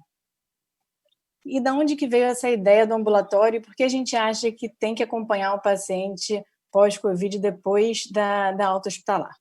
A gente sabe que 40% dos pacientes com Covid desenvolvem pneumonia evidente clinicamente, 15% desenvolvem uma forma mais grave, com hipoxemia e necessidade de oxigênio suplementar, 5% evoluindo de forma crítica, né, com SARA, sepsis, eventos tromboembólicos e falências orgânicas. E a Covid pode acometer o pulmão de várias formas, né? Pode dar o padrão histopatológico de dano alveolar difuso, que é o que tem sido mais descrito nos estudos com autópsias, dá alguns aspectos radiológicos de pneumonia em organização e também aumenta o risco de eventos tromboembólicos, e aí todas essas formas de acometimento pulmonar podem levar a sequela a longo prazo. Como a gente ainda tem poucos dados assim, publicados sobre pós-Covid, a gente pode tentar se basear um pouco também na experiência prévia com a SARS, da epidemia de 2003. E alguns trabalhos pós-SARS mostraram que é comum ter alterações funcionais no acompanhamento, até 1/3 dos pacientes tem redução da difusão e 15% redução da CPT em avaliações até 6 meses após a alta, e mesmo depois de 6 meses da alta, eles continuam tendo uma redução da difusão em menor proporção. Teve um trabalho específico que estudou os pacientes até 15 anos depois da SARS. E aí, 3 anos depois da infecção, eles ainda viram distúrbio restritivo em 22% dos pacientes, e redução da difusão em 35%, e mesmo 15 anos depois da infecção, 40% dos pacientes tinham redução da difusão e tinha surgido também uma alteração de via aérea, com 40% dos pacientes com alteração na FEF 2575. Em relação às alterações tomográficas, foi visto também que é comum ter persistência de algumas alterações, como vidro fosco, reticulação e espessamento septal, em até 90% dos casos, em avaliações mesmo 6 meses depois da infecção. E um aspecto importante foi a presença de aprisionamento aéreo, quando foi visto em tomografias com protocolo de inspiração. E aí foi visto em até 80% dos pacientes 4 meses depois da infecção. E todas essas alterações parecem ter repercussão clínica e os trabalhos mostram que os pacientes pós-SARS têm menores índices de qualidade de vida, mesmo depois de 6 meses da alta hospitalar. Isso principalmente pela limitação física e pela saúde emocional. O que já tem de dados agora em relação a pós-Covid mesmo? Tem um trabalho que avaliou os pacientes 2 meses depois do início dos sintomas e viu que eles realmente se mantêm muito sintomáticos. 87% dos pacientes tinham ainda pelo menos um sintoma 2 meses depois, e esses sintomas eram principalmente fadiga e dispneia. Em relação à análise tomográfica, viram 1 mês depois do início dos sintomas que 40% dos pacientes tinham alguma evidência de fibrose já, e aí com bandas parenquimatosas, interfaces irregulares e bronquiectasias de tração. E um outro trabalho que avaliou 3 meses depois da alta, só metade dos pacientes tinham tido uma resolução completa dos achados na tomografia. Em relação à parte funcional, a gente tem 2 trabalhos maiores, assim, já publicados com avaliação funcional dos pacientes com COVID. Um deles foi no momento da alta hospitalar, e aí viu uma redução da difusão em metade dos pacientes e da CPT em 1/4 dos pacientes. E um outro trabalho que avaliou os pacientes 1 mês depois da alta, viu que ainda tinha redução da difusão em metade, redução da CPT em 12%, e aí um aspecto interessante foi uma redução da PI máxima, né, em metade dos pacientes, o que mostra também que a força muscular pode ser uma coisa que vai contribuir para a disfunção pulmonar a longo prazo. E aí o que a gente tem feito, né? A gente criou esse ambulatório em junho desse ano. A ideia é atender os pacientes que tiveram COVID confirmado, com PCR positivo, que tiveram internados lá no hospital. E quando a gente começou o ambulatório, não tinha assim grandes recomendações formais em relação ao pós-Covid, assim, o que fazer no follow-up. Então, a gente se reuniu e, com base em estudos mais antigos e na experiência que a gente vinha tendo, a gente criou uma rotina e vem atualizando ela dinamicamente, de acordo com o que vem saindo, né? Então, a programação é quando o paciente tem alta hospitalar, a gente marca uma primeira consulta para 2 meses depois da alta. Nessa primeira consulta, a gente faz uma avaliação clínica, a gente pede um laboratório, pede tomografia de tórax em algumas situações, eu vou falar isso um pouco mais à frente, e também avaliação funcional. 1 mês depois, quando tem 3 meses aí depois da alta, a gente reavalia o paciente, a parte clínica, e também checa, né, o resultado dos exames para organizar o tratamento. E o planejamento é rever os pacientes com 6 meses e com 12 meses depois da alta, e mais se for necessário, né, para uma avaliação clínica, avaliação laboratorial, e aí a tomografia, a prova de função nesses momentos, só se a gente achar indicado por alterações nos exames anteriores. Então, nessa primeira consulta, o que a gente tem feito é uma avaliação clínica em que a gente pergunta desde dados da internação, comorbidades, uso de medicamentos e dos sintomas atuais. A gente faz uma avaliação psicológica e aí a gente tem tido o suporte da equipe da psiquiatria que tem ficado com a gente, Dr. Maurício Leta, tem ficado com a gente no consultório mesmo, ajudando assim nessa avaliação e no acompanhamento. E a gente encaminha o paciente para uma avaliação da fisioterapia nesse mesmo momento. Lá eles fazem uma avaliação de índices de independência funcional, de capacidade ao exercício, de mobilidade, força, e eles têm conseguido fazer reabilitação para os pacientes que precisam, né, tanto de forma presencial como de forma remota, com telemonitoramento, que é uma coisa nova e que eles estão testando também por conta da pandemia. O que a gente pede nessa primeira consulta? De exames laboratoriais, a gente selecionou assim, os principais exames que se alteram durante a infecção. Queria chamar a atenção aqui para o hemograma, porque a gente tem que sempre ter uma hemoglobina atualizada para conseguir fazer a difusão na prova de função e corrigir a difusão. Então, é sempre importante ter um hemograma pelo menos atualizado. A gente pede função renal, eletrólitos, LDH, dedímero, CK total, ferritina, PCR, hepatograma.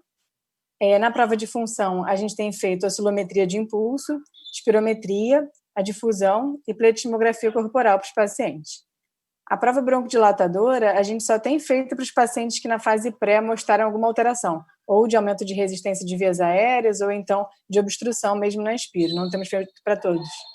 E a tomografia, atualmente a gente está pedindo para os pacientes que tiveram persistência dos sintomas, que tiveram alteração funcional, né, na prova de função, ou que durante a internação o acometimento tinha sido muito extenso tomográfico.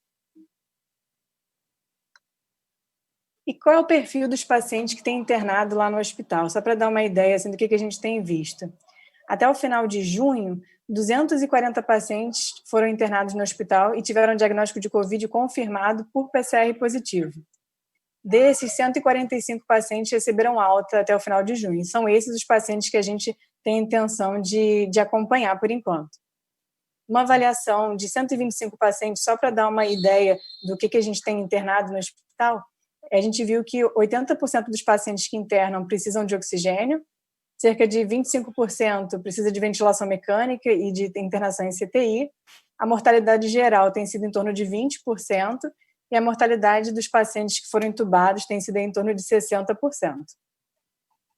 E agora eu levantei um pouco dos dados assim lá do nosso ambulatório mesmo para dar uma impressão inicial do que a gente tem visto nesse acompanhamento. Até semana passada a gente tinha atendido 55 pacientes, a maior parte do sexo feminino, a idade média em torno de 60 anos. Quase todos os pacientes tinham comorbidades, e aí também por conta do perfil do hospital, né, que atende principalmente os pacientes que têm prontuário lá. Essas comorbidades principais foram hipertensão, diabetes, obesidade e neoplasia. E de doença respiratória prévia, nesse grupo de pacientes que a gente já atendeu, tem 4 pacientes com asma, 1 paciente só com diagnóstico prévio de DPOC, 2 pacientes com diagnóstico de doença pulmonar intersticial e 40% dos pacientes têm história de tabagismo prévio, nenhum é tabagista atual. Em relação ao tratamento que eles receberam durante a internação, 75% desses nossos pacientes receberam oxigênio, ficaram hipoxêmicos e precisaram de suplementação, e a gente só atendeu 4 pacientes que ficaram em ventilação mecânica até agora. O que eu acho motivo assim, né, de a gente ter visto tão poucos, que eu acho que, lógico, a mortalidade dos pacientes entubados foi maior, né, foi em torno de 60%, mas também acho que a internação deles foi mais prolongada. Então, a gente deve começar a ver eles a partir de agora, já que a gente está vendo 2 meses pós-alta. Alguns aspectos importantes que eu acho legal mostrar é que o tipo de tratamento que tem sido feito no hospital. E nessa época aqui, a gente está vendo os pacientes que tiveram internados em maio e abril. Ainda não tinham saído o resultado do recovery, né? Então o corticoide não era muito usado. Só 15% dos pacientes que a gente viu até agora usaram corticoide. E a dose da heparina, na maior parte dos pacientes, também foi dose profilática. O hospital também não dosa dedímero, assim, ficou um bom tempo sem dosar dedímero. Eu acho que isso pode ser o culpado disso. E o que a gente tem visto nas consultas? Nessa primeira consulta, com 2 meses pós-alta, é muito comum os pacientes ainda terem algum sintoma. Metade dos pacientes ainda se queixam de dispneia e de fraqueza, 45% dos pacientes referem que ainda tem fadiga, 38% mialgia, e aí em torno de 1/3 dos pacientes falam que tem artralgia ou cefaleia ou dor torácica. Quando a gente pergunta se eles ainda têm alguma limitação para fazer as atividades do dia a dia, 56% dos pacientes ainda têm alguma limitação e 15% referem ainda muita limitação para a atividade. E dos pacientes que trabalhavam, 40% ainda não voltou a trabalhar, mesmo 2 meses depois da alta hospitalar. E aí um outro aspecto que a gente achou bastante chamativo assim, foi a presença de sintomas de ansiedade. Metade dos pacientes praticamente se queixam de ansiedade, a maior parte deles de uma forma que está interferindo mesmo nas atividades diárias. E isso foi até um motivo que a gente chamou o pessoal da psiquiatria e conseguiu que eles ficassem com a gente, e tem sido bastante proveitoso assim, esse acompanhamento multidisciplinar. Em relação à tomografia, a gente tem 33 avaliações de tomografia até agora. Isso, assim, 33 pacientes, né, que foram avaliados a tomografia, tanto da internação quanto do acompanhamento. E o que foi visto é que 1/3 dos pacientes só tiveram resolução completa dos achados. A maior parte teve uma melhora, mas essa melhora foi parcial. E aí, dos achados que a gente tem visto nesse acompanhamento, vidro fosco e distorção arquitetural são os principais, que estão em metade dos pacientes. Espessamento septal, reticulado periférico e bronquiectasias de tração estão em mais ou menos 1/3 dos pacientes. As bandas parenquimatosas em 24% e espessamento brônquico em 18%. E aí, um outro aspecto que é interessante foi a presença de aprisionamento aéreo. Isso tem sido visto por um radiologista de uma forma subjetiva, né, não é quantitativa, e numa tomografia em expiração.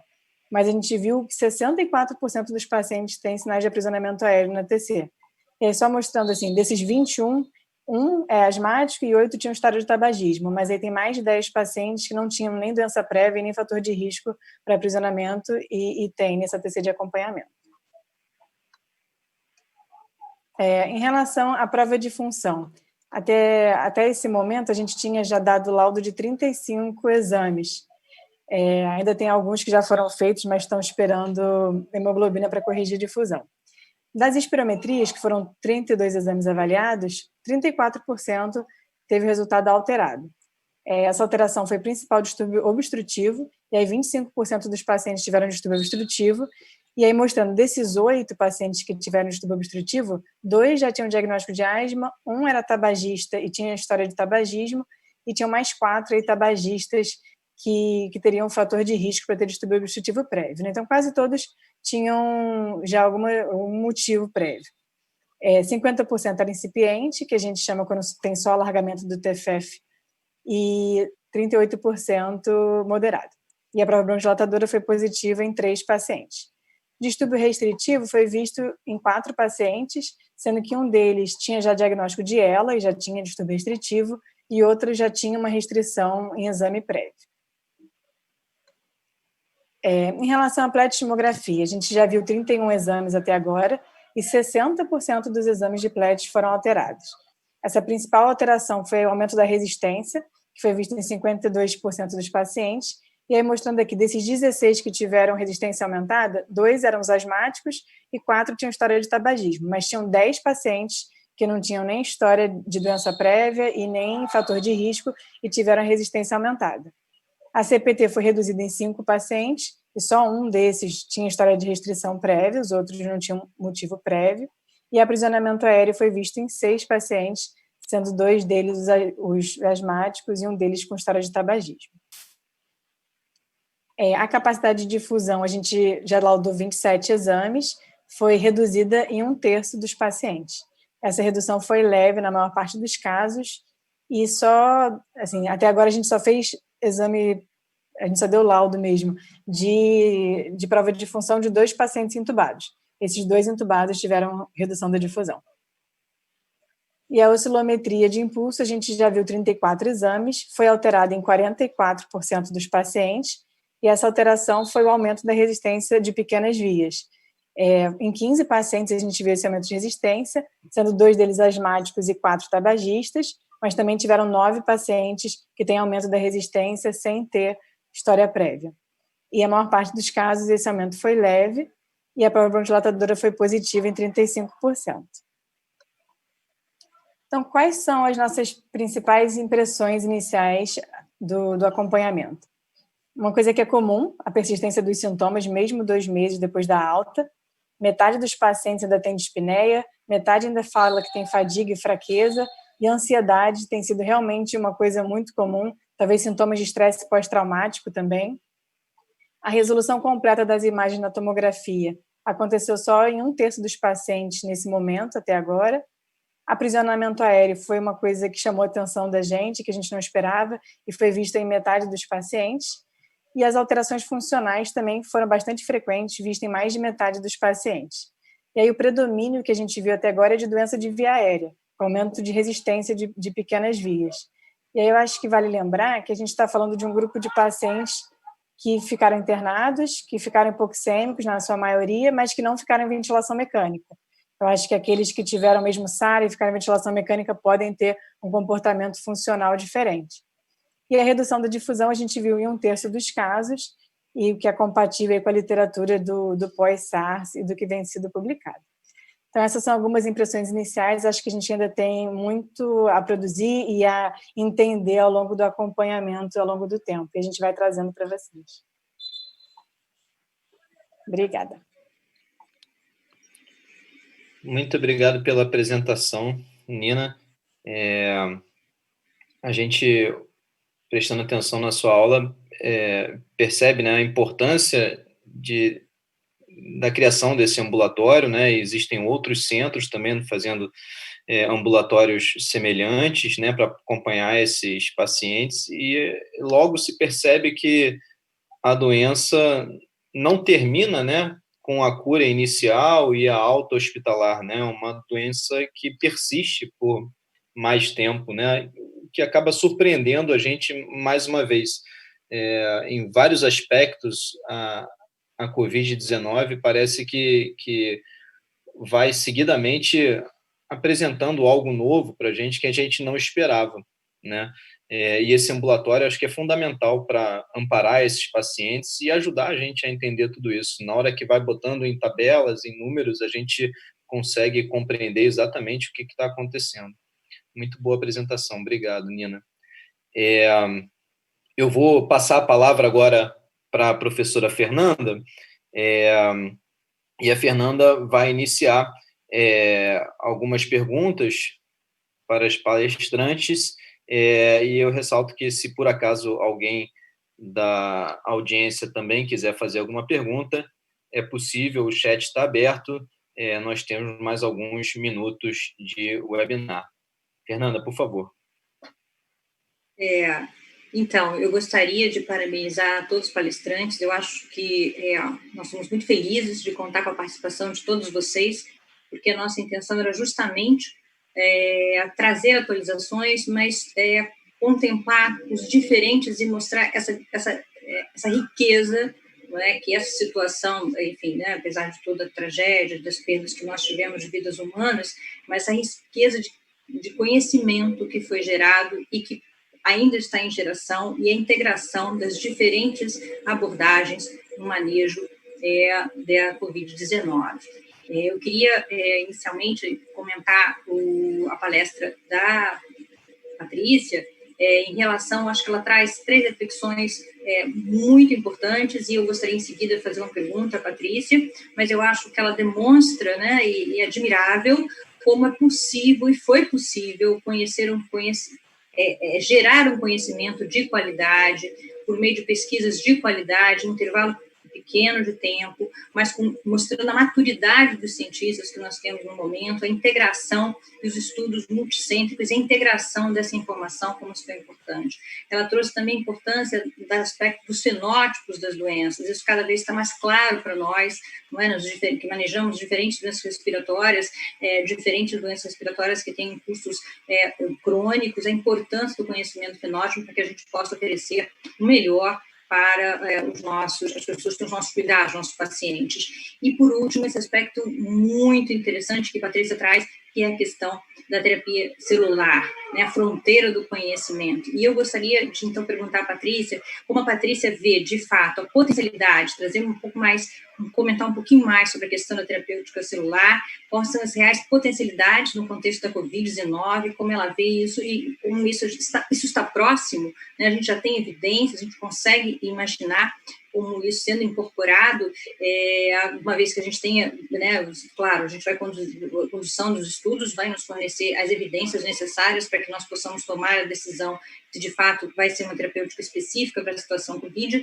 mas eu queria que ela falasse um pouco mais das perspectivas, da expectativa que ela tem em relação à terapia celular, que eu diria que chegar justamente na fronteira, né, que é justamente na fronteira do que nós sabemos do funcionamento celular e dessa intimidade, dessa interrelação entre as células que se mostra realmente fundamental no manejo das doenças, em particular da Covid-19.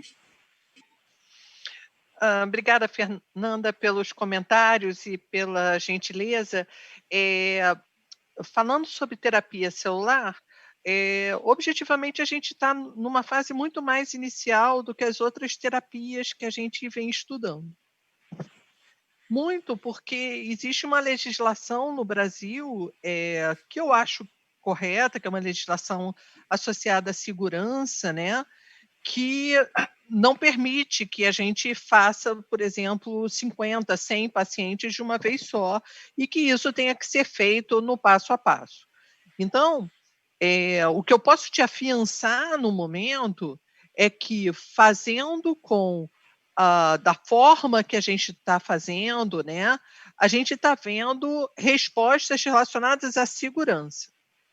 Dizer que a terapia celular pode vir a ser a terapia de ouro, eu não posso dizer isso.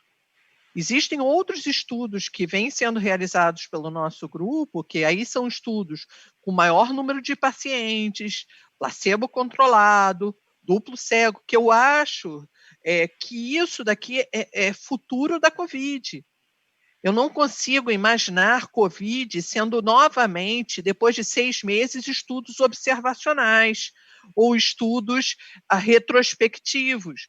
Eu acho que é importante a gente publicar esses estudos retrospectivos até para diferentes grupos vislumbrarem estudos prospectivos randomizados duplo cego. Agora, 6 meses depois, a gente continuar, sabe, alimentando isso não faz parte. No caso da terapia celular, a gente ainda está engatinhando muito, como eu mostrei para vocês. A gente ainda está testando qual é a melhor dose, qual é o melhor tipo de célula, será que a gente vai utilizar a vesícula, não vai continuar as vesículas? Então, se eu for falar assim, vamos utilizar a terapia celular para todos os pacientes, a resposta é não. Não façam isso. Mas aí, por a compaixão, o compassional use, continuo falando não. Então, o que eu acho é o seguinte, eu acho que é uma terapia que, da forma que está sendo realizada, parece ser extremamente segura. Eu acho que a nossa meta é começar um estudo fase 2, com o maior número de pacientes, não são 5 pacientes, como eu mostrei para vocês, que vai resolver o nosso problema. Então, definitivamente, estamos engatinhando. Isso que eu posso afiançar para você. Mas eu queria dar uma dica que não tem nada a ver com a sua pergunta, né? Mas para a Nina. Nina, alguns anos atrás, alguns anos não, alguns meses, porque a gente só tem 6 meses de Covid, mas uns 2 meses atrás, um paciente italiano chegou e falou assim, doutora, essa doença, ela não mata, não mata, pode não matar, mas me mata em vida. Porque a dor muscular que eu tenho, o cansaço que eu tenho, eu acho que a Nina está vendo muito isso, né? Está acabando comigo. E aí, o que a gente resolveu fazer?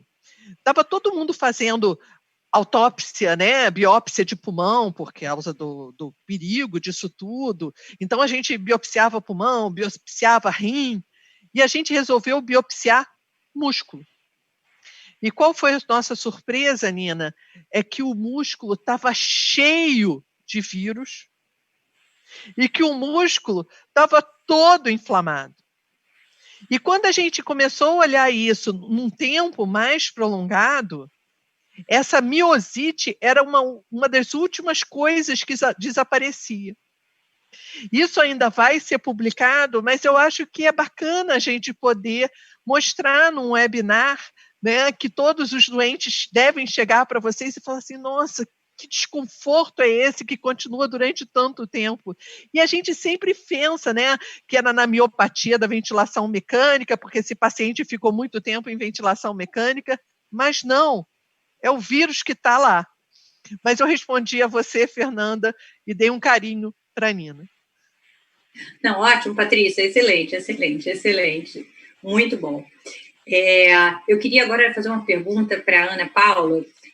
Chegou uma pergunta aqui do professor Alexandre Pinto Cardoso em relação à questão do passado de tuberculose, né? Se a gente tem alguma informação, algum estudo mostrando aqueles pacientes que já adoeceram, que de certa forma, né, esse adoecimento poderia de alguma forma ter modulado alguma questão envolvendo a imunidade, se a gente tem alguma publicação, algum estudo sobre isso em respeito da evolução da Covid em relação à letalidade, enfim, à ocorrência. Eu aproveito e complemento essa pergunta, né, Ana, que é ao complementar a questão da BCG que você comentou, que é justamente o que a gente tem de informação de co-infecção, TB, Covid, que você comentasse um pouco. A gente tem alguns resultados, né, alguns trabalhos publicados pelas coortes italianas, enfim, pelos grupos coordenados pelo Migliore, levantamentos que foram de Migliore sobre algumas coortes italianas. Você poderia trazer um pouco dessa informação aqui para nós? Claro, obrigada, professor Alexandre, pela pergunta. Não temos nenhum dado científico mostrando se o histórico prévio de tuberculose interfere com o adoecimento ou a gravidade pela Covid.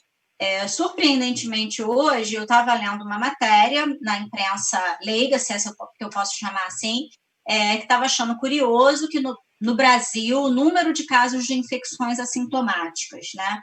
E aí eu puxei a sardinha para o meu lado, né? Eu pensei logo na prima infecção, no contato com o micobactério, nessa imunidade treinada, se já existe ou não, e se existe alguma plausibilidade clínica que justifique isso. Então, não temos nenhum estudo que mostre o efeito protetor de tuberculose prévia nesses pacientes. No entanto, como a Fernanda mencionou, existem alguns estudos publicados pelos grupos, principalmente pelos grupos italianos, que mostram, que avaliaram, na verdade, especificamente 2 estudos que eu li recentemente, sobre pacientes com diagnóstico de TB e COVID. Num desses estudos, o autor italiano avaliou pacientes que estavam internados com tuberculose e que adquiriram COVID. Que ele mostrou entre os dados sociodemográficos? Ele mostrou que na maioria desses pacientes, que é um número pequeno, infelizmente, né, a casuística dele incluiu, aí, se eu não me engano, 20 pacientes, 60% tinham uma melhora da imagem radiológica da tuberculose depois do diagnóstico de COVID. E desses 20, apenas 3 pacientes tinham tido uma piora ou surgimento de novas imagens. Então, isso me fez pensar ainda mais nessa, talvez, imunidade protetora exercitada pela infecção pelo micobactério, que pode ser útil aí na resposta da imunopatogenia ao COVID. No outro estudo, a Marina Tadolini, ela avaliou uma coorte de pacientes com tuberculose e COVID, seja tuberculose ativa ou sequela, e também nessa coorte, que ela observou que eles não tiveram a capacidade de avaliar um efeito positivo ou negativo da tuberculose na evolução desses pacientes. Então, a gente ainda não tem nenhum estudo grande, com uma casuística grande, que nos dê poder para dizer exatamente nos dar essa resposta.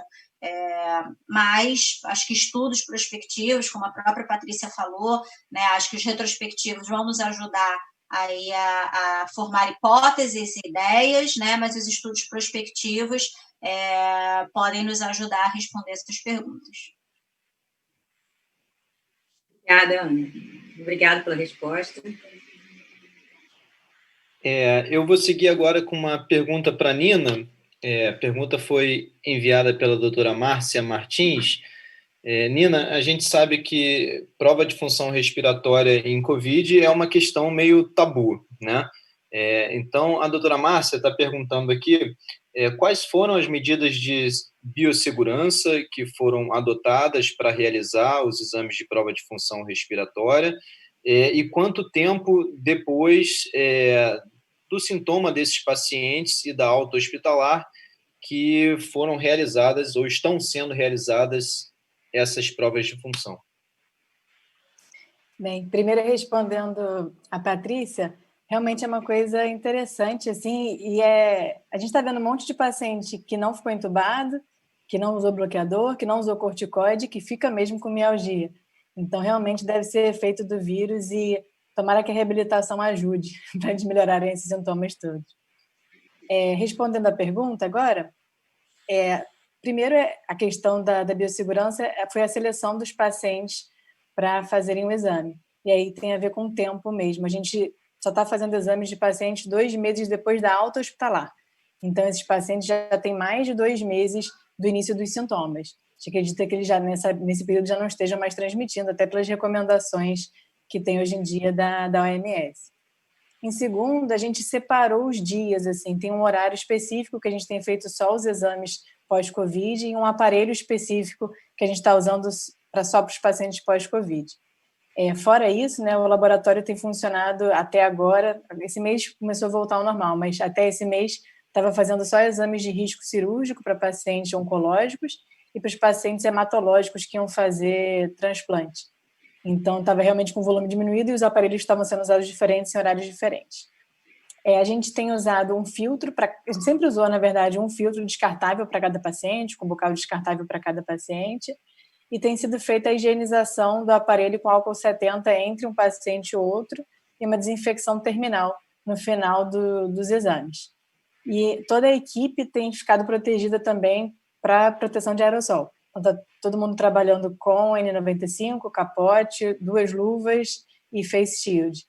E parece estar dando certo, que assim, a equipe da prova de função, ninguém pegou o Covid lá no laboratório.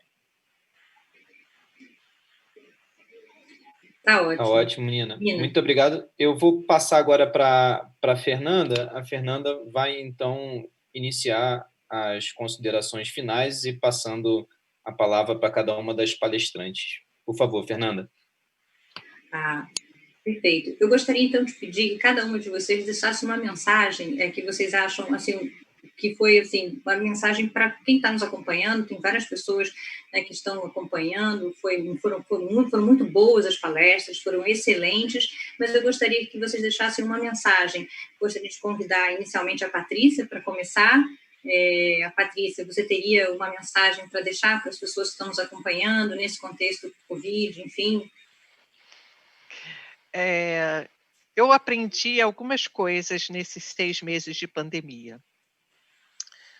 E uma das coisas foi que eu nunca vi tanta união. Eu nunca vi, e não estou falando união do Brasil só, não. Eu nunca vi tanta união de pessoas que estavam na nossa frente tentando nos ajudar. A Ana Paula vivenciou isso muito porque a Ana Paula trabalha na UTI do Copa D'Or e existe um colaborador em comum meu e do professor Felipe Sadi que gerava quase que semanalmente dicas para o grupo do Copa, dizendo tudo que eles achavam que estava errado. Olha, não façam isso porque os doentes estão morrendo, façam aquilo. E isso fez com que a letalidade do Copa fosse muito baixa. E todos eles estão de parabéns, inclusive a Ana Paula, que aqui está. E essa união foi muito interessante porque sempre houve uma certa competição. Isso é normal na ciência, isso é normal na medicina. Mas com a Covid, isso deixou de existir. Porque a descoberta do outro era a nossa salvação. E isso vem acontecendo de forma muito presente. Uma outra coisa que eu aprendi é conhecer o Brasil. Quando a gente fica focado, principalmente no Rio de Janeiro, São Paulo, Porto Alegre, Minas Gerais, a gente não tem noção do que é o Brasil. A partir do momento que você faz um estudo clínico que envolve médicos do Amazonas, do Pará, de todo o Nordeste, do Sudeste, do Sul, você começa a entender o que é a medicina no Brasil. Você começa a entender quando é que o médico chega para você e fala assim, olha, eu não quero um computador não, deixa que eu faço tudo na mão, mas me dá uma EPI para eu não me contaminar. É só isso que eu quero para o meu estudo, para o seu estudo, porque eu era coordenadora do estudo. E aí a gente começa também a entender que essas pessoas precisam objetivamente ser ajudadas. Porque, teoricamente, esse hospital, nessa cidade, era o hospital de referência de Covid. E a gente começa a entender o que é compaixão, o que é ajudar o outro. E isso, quando a gente está na linha de frente, principalmente na medicina privada, na medicina, no próprio hospital, fazendo estudos clínicos, a gente não consegue ter noção quando a gente trabalha num hospital público ou como um hospital universitário, que a gente pode falar, mas é um hospital público, mas a gente não tem a noção do todo. E isso fez com que esse sentimento de compaixão acontecesse com cada hospital que trabalhou comigo. O sentimento de compaixão pelo paciente, pelo sofrimento do paciente, porque nós temos estudos que foram feitos na fase muito precoce, com paciente com 2, 3 dias de sintomas e pacientes que internavam com falta de ar. Então, a gente tem uma noção do espectro dessa doença. E isso a gente aprendeu. Uma outra coisa que eu aprendi foi, e que é importantíssimo quando se faz estudo clínico em COVID, é ser humilde. É saber que você pode dar tudo negativo, mas tudo bem que dê tudo negativo. Mesmo depois de você colocar, sei lá, quantos doentes, já aconteceu num dos nossos estudos que a gente nem publicou. Não, foi negativo. Mas outros podem ser positivos. Você vai desistir por causa disso? Não, você não pode desistir. E, por fim, eu acho que eu estou falando demais, é você também ter a humildade de que, por você estudar durante mais de 30 anos o pulmão, você tem que ficar 18 horas acordada, tentando descobrir alguma forma de você melhorar isso. Porque o Estado te deu isso. Porque a vida te deu isso. Fez com que você, durante a sua vida toda, estudasse isso. Então, dá alguma coisa de volta. Então, esse daqui eu acho que são os meus aprendizados. E para as pessoas que ainda têm COVID, confiem. Que não tenham COVID, também confiem. A despeito de todas as mensagens, às vezes truncadas, um número de mortos, não esqueçam que nós estamos trabalhando incessantemente. Ver os estudos que estão sendo feitos pelo IDT, para mim, é uma honra. Ver a Ana Paula apresentando os dados de BCG e a Nina apresentando os dados do pós-Covid me deixa extremamente honrada de poder participar de estudos na UFRJ. Obrigada, gente. Muito obrigada, Patrícia. Ana, você gostaria de deixar alguma mensagem? Bom, depois dessa mensagem linda da Patrícia, né, misturando aí parceria, humildade, compaixão, eu não tenho nem muito o que falar, faço minhas as palavras dela e vamos continuar aí exercitando essas 3 palavrinhas, estudando e aprendendo muito. Obrigada, Ana. Nina. Pois é, ficou difícil falar depois da Patrícia. Mas eu acho que a ideia é essa mesmo. Eu acho que o pós-Covid também vai trazer ainda muito desafio pela frente. E quanto mais a gente compartilhar o que a gente está vendo e dividir as informações, a gente consegue evoluir junto. Obrigada, Nina. João, você gostaria de fazer alguma consideração?